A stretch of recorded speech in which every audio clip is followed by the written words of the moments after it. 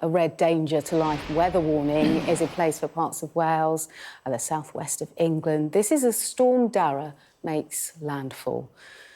Winds of up to 90 miles per hour have already been recorded, with the Met Office warning of flying debris and falling trees in what they predict could be the worst storm the UK has faced in more than 2 years.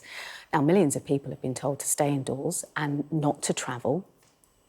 Well, the red warning, that covers parts of Wales and the southwest of England, and it will be in place until around 11 o'clock this morning.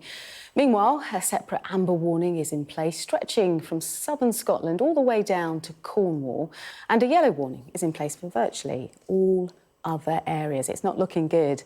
Late last night, the UK government sent this warning to millions of people at risk from the storm, telling them the conditions will be too unsafe to drive and warning of significant disruption. It warns of power outages and urges people to prepare themselves with torches and other essential items. So let's get the situation, shall we? In South Wales, our correspondent Lisa Dowd is there. Lisa, give us a sense of what's happening. We know that a major bridge has been closed.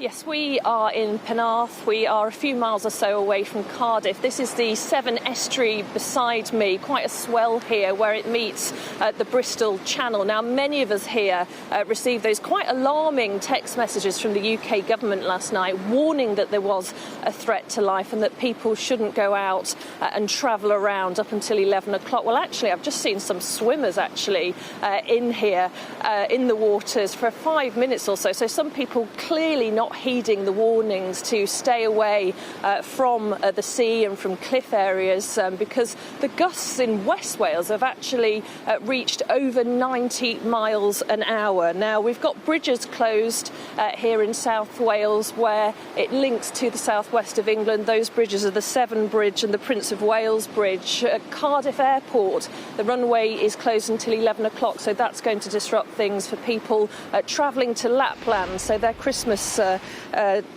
plans will be disrupted. Football matches and rugby matches here in Wales are all cancelled as well. We're seeing some problems on the roads due to fallen trees. The A470 is closed both ways near Merthyr. Delays are expected there, and thousands of people are without power here in Wales due to these winds, and also in England, in the southwest and in the Midlands as well. And we also have this amber alert for rain stretching down the west coast of the UK. We could see up to 900 millimetres of rain in one go over 3 to 6 hours today, which will be concerning for this part of South Wales, which was so badly hit a few weeks ago by the flooding. Rain again falling on already sodden ground will be a concern for many. OK, Lisa, for now, thank you so much. Well, I'm joined in the studio by Sky meteorologist Kirsty McGabe and our correspondent Siobhan Freeman-Powell. We are the lucky ones. We're in a studio and it's warm. Siobhan, just give us a sense of the rest of the UK and how it's looking for people. Well, it is causing serious issues, especially with travel and also power outages across the country. As it stands, there are thousands of properties across the UK which are currently left without power. And it's also in Ireland as well. Left without power includes more than 36,000 buildings in Wales and over 16,000 buildings in the southwest of England. There's also disruption to air travel too, with departure boards for airports in Bristol, Cardiff, Cork and Dublin all showing a number of cancelled and delayed flights this morning. National Rail have also warned that the storm is expected to bring significant disruption to some of their lines, and already in Wales all train services west of Cardiff have been suspended until further notice, and that's due to a tree falling on the lines. And also some Christmas events have also been cancelled too in the UK. This includes Winter Wonderland in Hyde Park in London, Christmas at Kew Gardens, Christmas markets in Plymouth and Bournemouth too. As you said, here in London we aren't in that red weather warning zone, but you can feel the really strong winds, especially in wind tunnels in and around this building anyway. Yeah, I got a text from home saying the kids are at the window, fascinated by the wind bashing against the windows, the rain. So it's looking pretty rough across all of the country. This is what it looks like here. Oh, we saw those pictures, they're gone, never mind.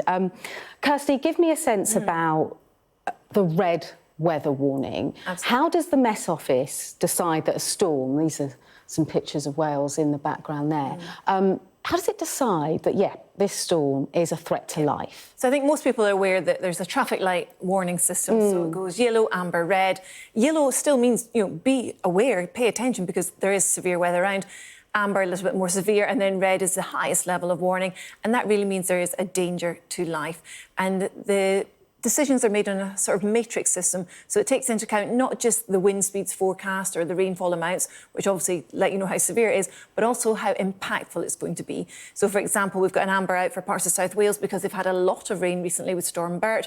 So they have another amber today because they've got more rain to come. Other parts of the country will also see the wet and windy weather, but it's the areas in amber and red are where it's going to be most impactful.